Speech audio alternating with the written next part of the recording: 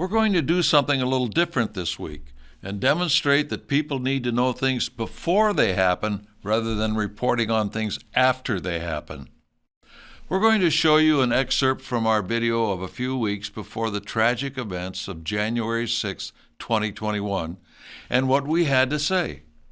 We were alluding to the massive demonstration that was scheduled to take place on that date, but refrained from mentioning it specifically because we did not want to dampen the ardor of those who would turn out to hear Trump in Washington and show support for his cause. As you view this, keep in mind what happened and what we were concerned about before the fact. During a time of crisis, there are always two things which rear their heads: militancy and false flags. We have to watch out for both. The enemies we face want us to engage in physical confrontation, and from there into actual combat in the streets. This the media can then use to give an excuse for clamping down on conservative and constitutional organizations. The media and social media are not our friends. They've demonstrated this over and over again. They will use any physical confrontation against the side of the constitutionalists and conservatives to show that America is dealing with sedition and violence by our side. The image we project must be squeaky clean, and when we are at any public event, indoors or outdoors, we need to be on our best behavior, regardless of what the other side tries to provoke us into doing that can be used to portray us as violent extremists. This even extends to our dress.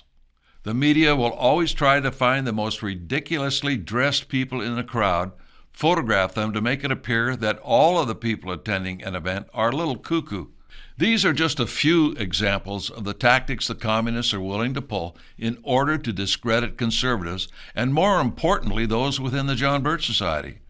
Over the next several months and even further, we should be very careful with how we behave. Let's not play into their hands and harm the image of the John Birch Society.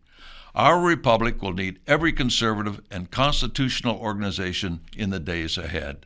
For those of you who have watched these segments over the last few years, I have given examples from real-life experiences of how the left and those in government have tried to compromise our members and make them appear as extremists. This is done to discredit them from being able to convince their friends and neighbors of what we have to say and what we expose as to what is really going on. We cannot educate the people we need to educate if we appear to them to be crazy. Wearing a MAGA hat is one thing. Wearing horns, something entirely different, as one person was doing on January 6, 2021. Along with appearing as one of the decent citizens as in your community, it is also very important that you do not spread any rumors that are unverified. Stick to the facts that are known. They're bad enough. Once you are placed in a position of using bad information, your credibility will be lost forever. Use only reliable sources.